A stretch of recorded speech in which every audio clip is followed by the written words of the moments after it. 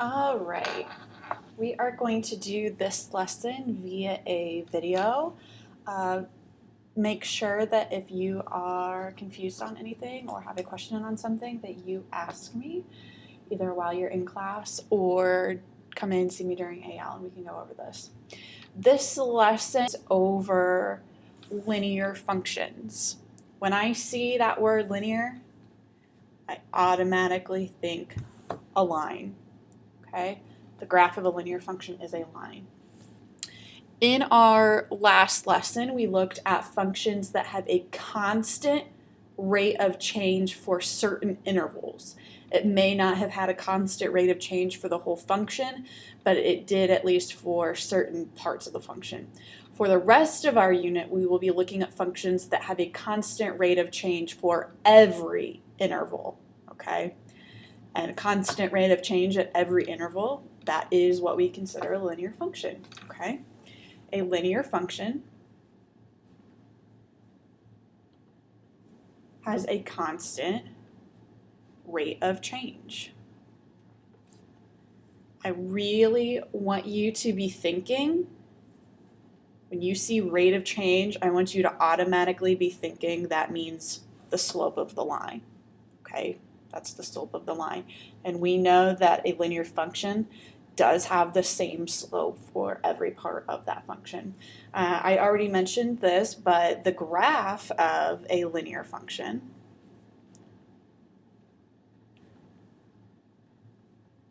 is a straight line. Okay. I really want to emphasize that the fact that you guys have been working with linear functions since, oh goodness, probably middle school, okay? So I really want you to work really hard to see how what we're doing in PreCal is really similar to what you've done in the past in math classes. We're just taking it up a notch. We're maybe using a little bit different terms, you know, rate of change instead of slope. We're looking at more real world examples instead of just graph y equals mx plus b, okay?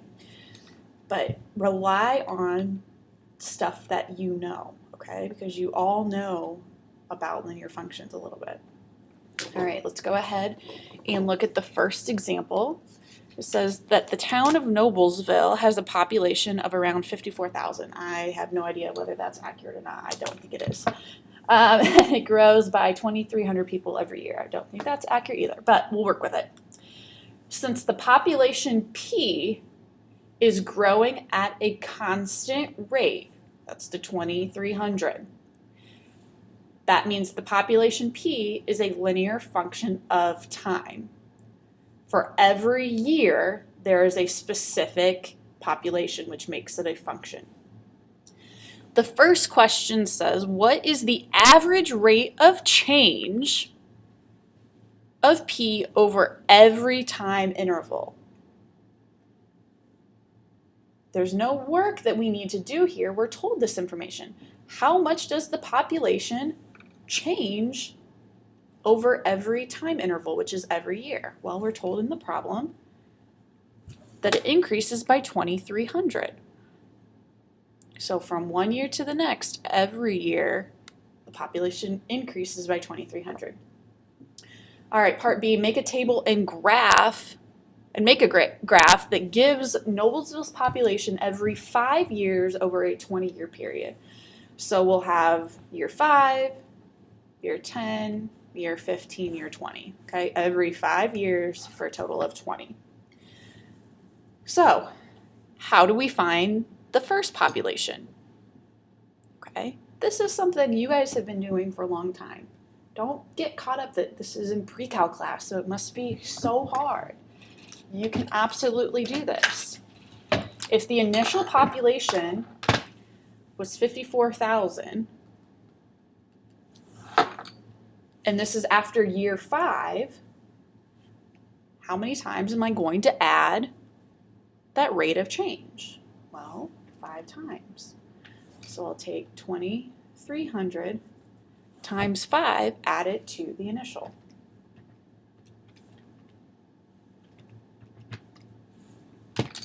Our total population after 5 years is 65,500. Take a moment for yourself. You're going to do a similar type of thing on the next 4 years. Take the initial population, take that constant rate of change. Now this time it's after 10 years, so 2,300 times 10.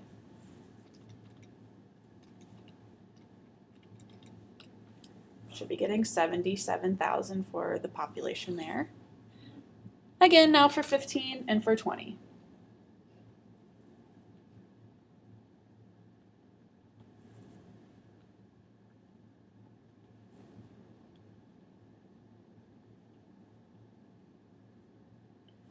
Our population should end up at an even, let me double check that, an even 100,000. Yep, an even 100,000. Okay, so now we need to take this information, put it on a graph. Think of this as your X and your Y. Your output is always on your vertical Y-axis. Okay, so think of this as the ordered pair, 5, 65,500, and so on. Our horizontal scale, we can kind of space this out. We'll start at 0. If we make every 2 notches, actually we can go even further than that. Let's make every 3 notches 5.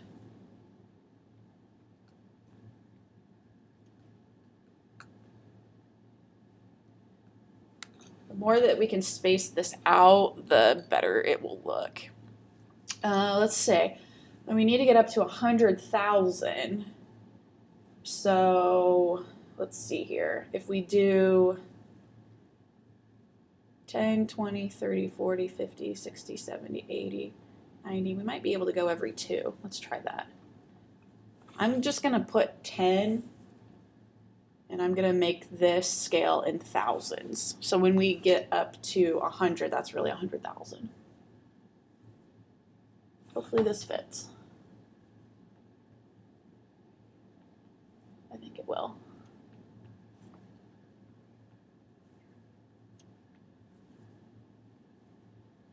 If I didn't have to concentrate so much right now, I would tell you a joke, but I'm also not very funny. Okay, so we have our scale. Now we just need to plot our points. So 5, 65,500.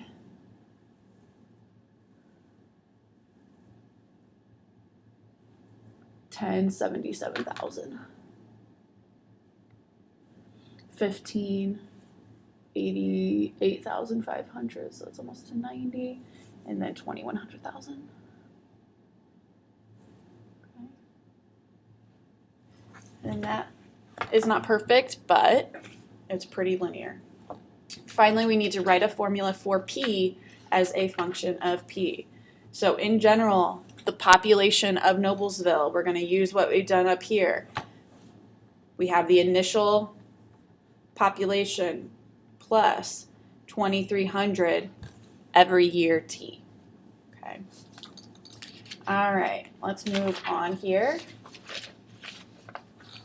I'm actually going to, I think, have you do this next example on your own. It's very similar to the one that we just did together. I'll read it with you, kind of get you started on the right track. A small business spends $10,000 on a new phone system and for tax purposes chooses to depreciate.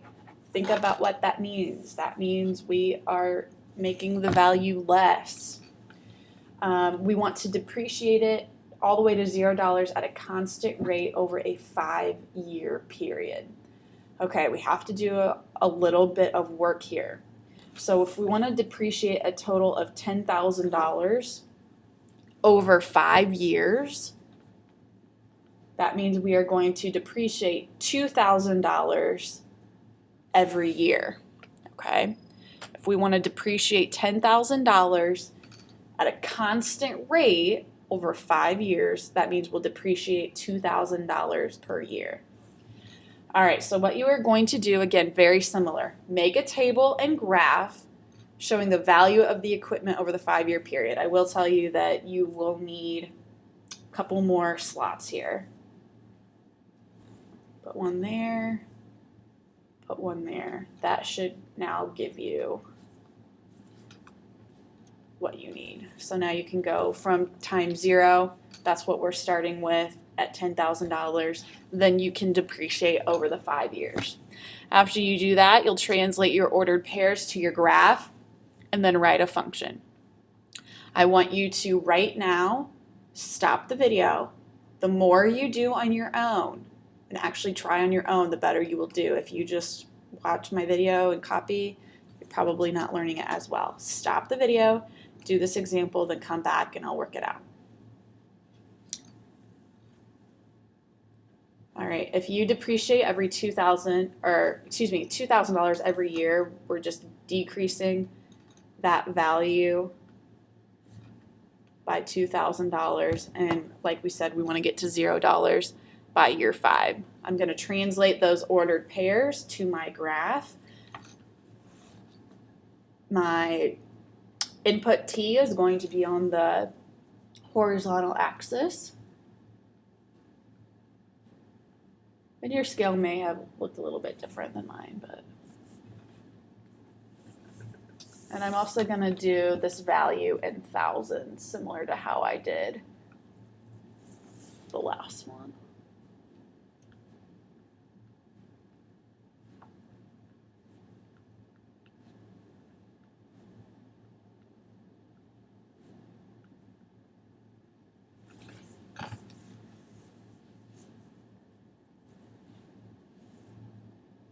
This one's pretty nice to graph, actually. It's right on even places.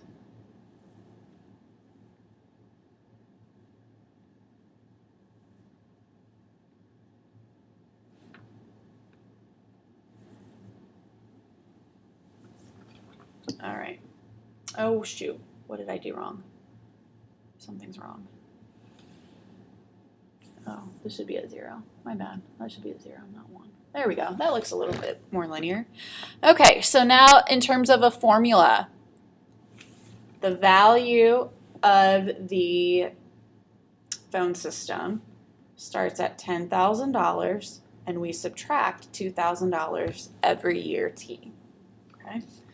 All right. Let's kind of generalize some things now. We looked at 2 specific examples. Let's make some generalizations that we can apply to different types of problems.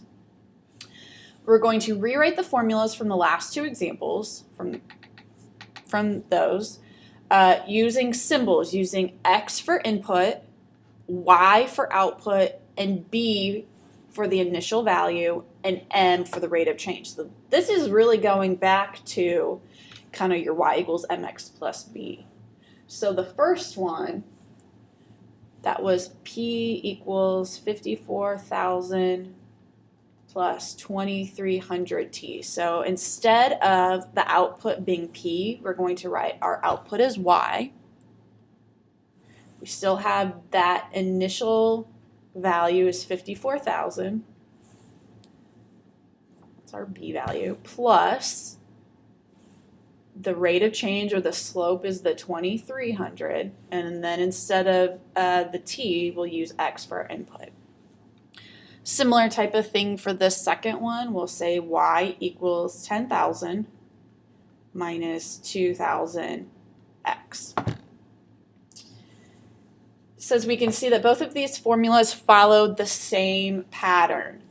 The output is equal to the initial value plus or minus the rate of change times the input, in this case, X.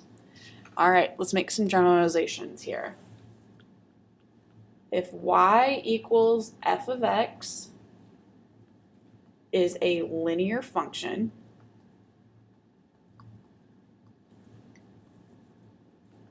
then for some constants,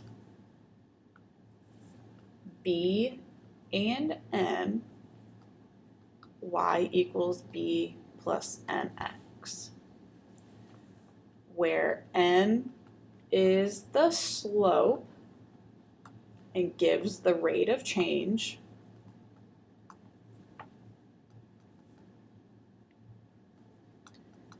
of y with respect to x.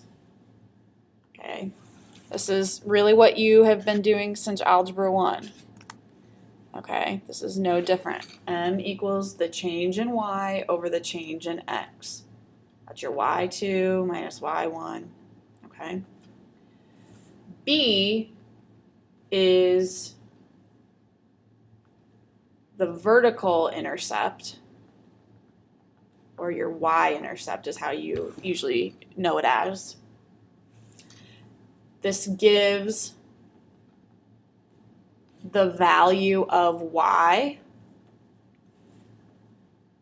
when x equals 0.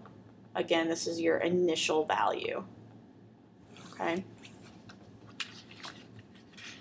Might want to listen to that again. That was a lot of information. It's just identifying the different parts of a linear function just kind of in a different way. Okay. Looking at a table for a linear function. A table of values can represent a linear function if the rate of change is constant for all pairs of points in the table. In other words, rate of change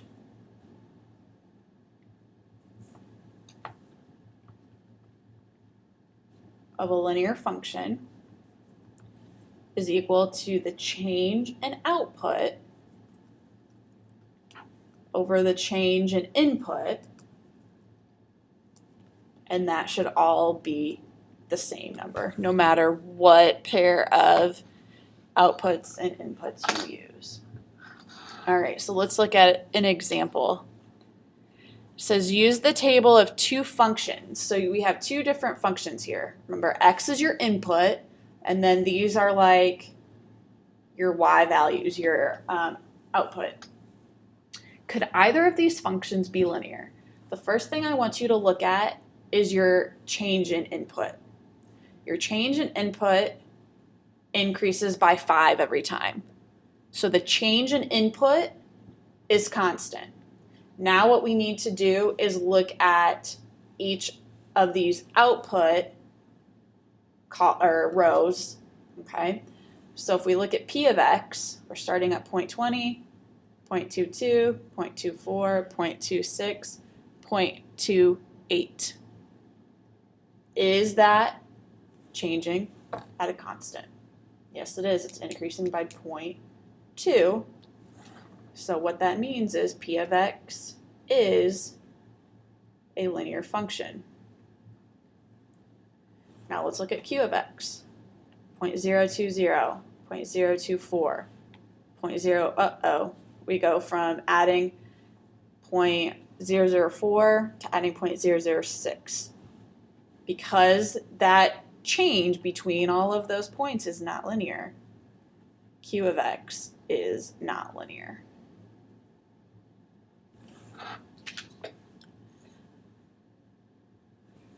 Next example says, it is also possible to have data from a linear function in which neither the x values or y values go up by equal steps, like the last table did.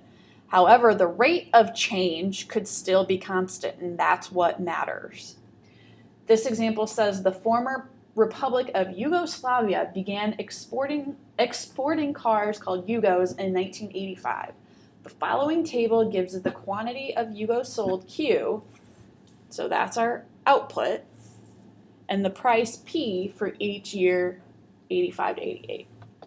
All right, so if we look at this, you might notice that these all don't go up or down by the same amount.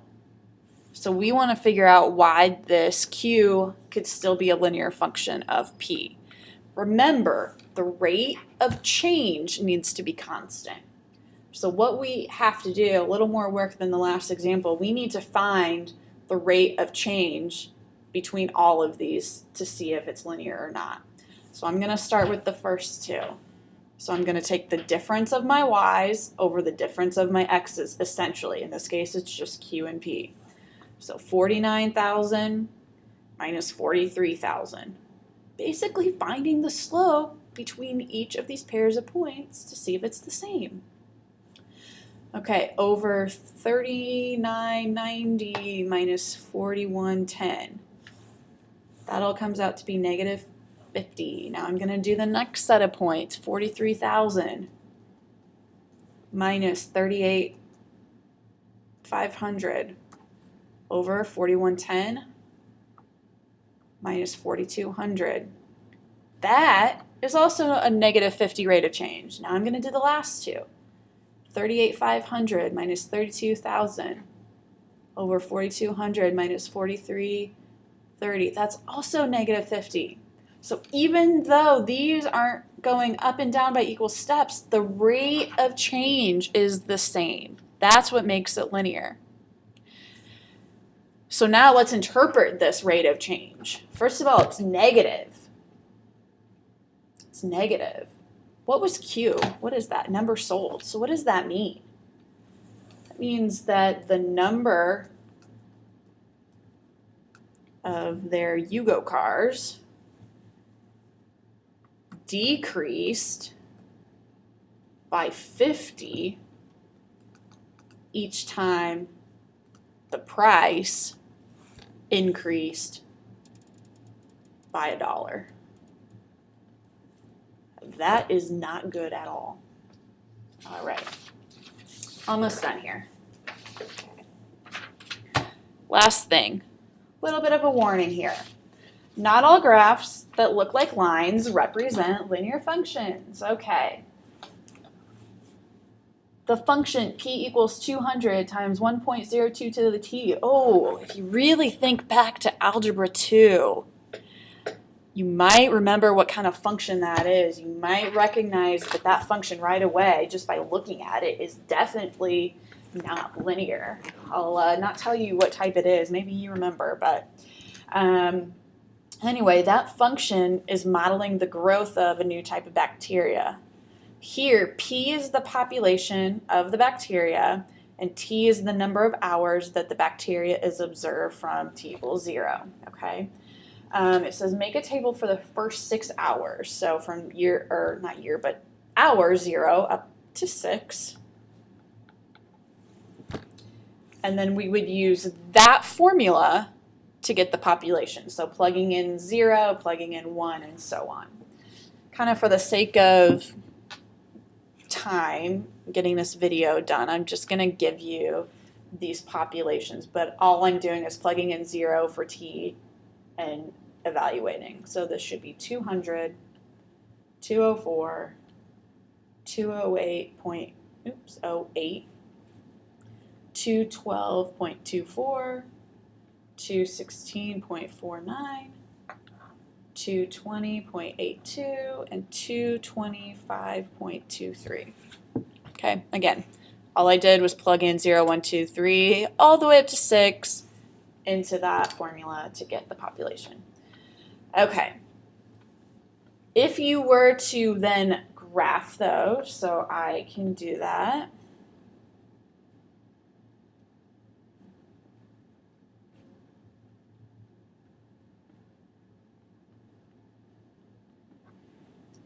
Let's go, let's say that's 200, and then I'm going to go every 2, it's 205, I'm going to go by 5s.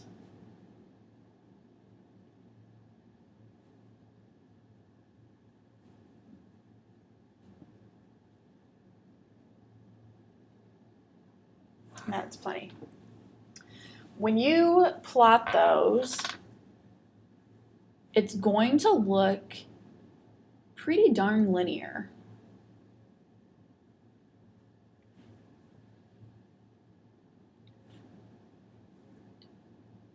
It's going to look pretty linear here. I can get this plotted.